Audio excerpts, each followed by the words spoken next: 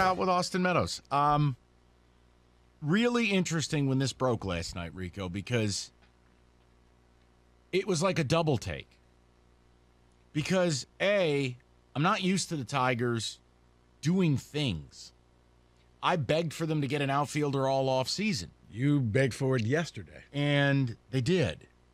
And then they went out and got a guy that I don't hate. Now, I don't love him, but I don't hate him. I like him. And they got something else that I've always desperately wanted here, which is left-handed power. You got to have it in this park. And, look, Meadows is a sordid tale. Like, I view it like dealing with Tampa is dealing with Satan himself because they don't lose trades. They just don't. They are the devil. Lucifer, Beelzebub, whatever you call them, they are Satan. And I go, all right, on surface, what am I missing? Isaac Paredes stinks. Now, the Rays must really value the pick. Okay, that's Tampa. Then I started thinking, okay, I know they have Nate Lowe, who's a good, good young outfielder prospect that they want to elevate. The Rays will do this when they want to elevate someone. All right. But still, Meadows is, 26, 27. You got full arbitration. He's a left-handed power bat. Now, he's not a good outfielder. He can't throw worth a lick. But he's got power. And you basically were in his control for the next 3 years. Right. And he's got power. And power is a commodity in today's game that it's the thing that you build your team around. Very few teams are building their teams around, speed and bunting and fundamental. They're building around power. And I can tell you if Austin Meadows is healthy. Now, look, 2020, he got knocked on his ass by COVID. Yeah, I know for some of you, COVID's not real. But for him, it was.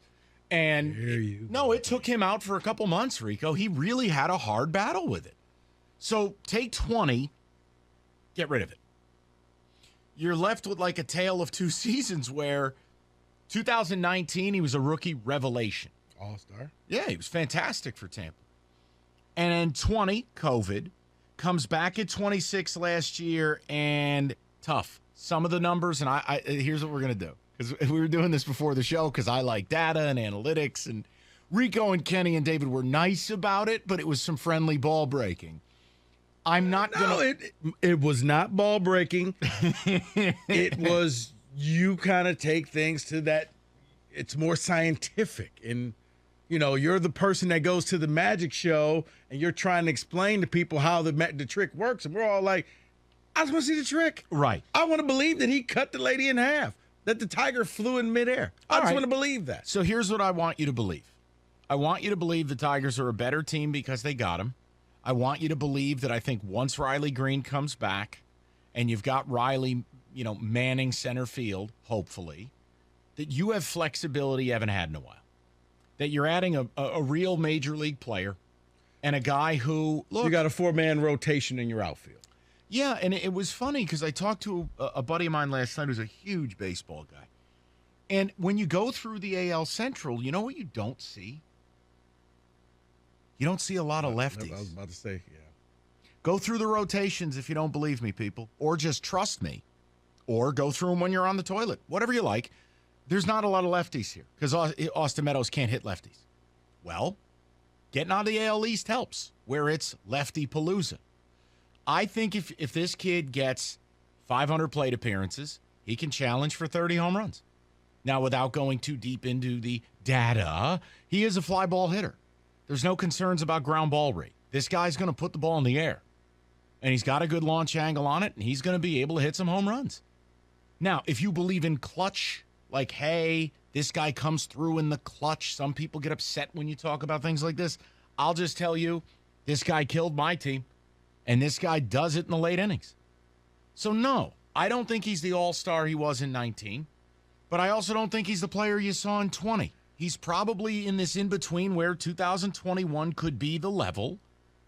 I think he can get a little bit better in the batting average department if you still care about that. He's going to hit home runs.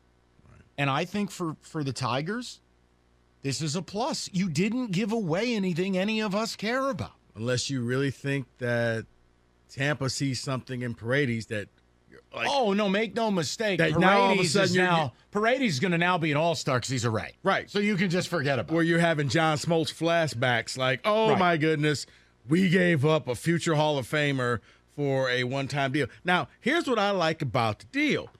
When I was on the phone with David, when David was hating puppies and balloons and ice cream. Oh my. Oh, David was in a foul mood today.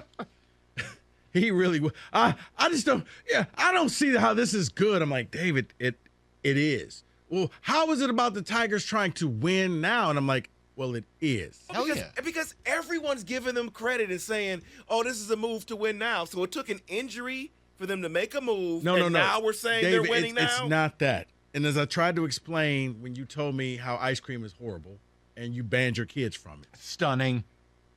it's a win now.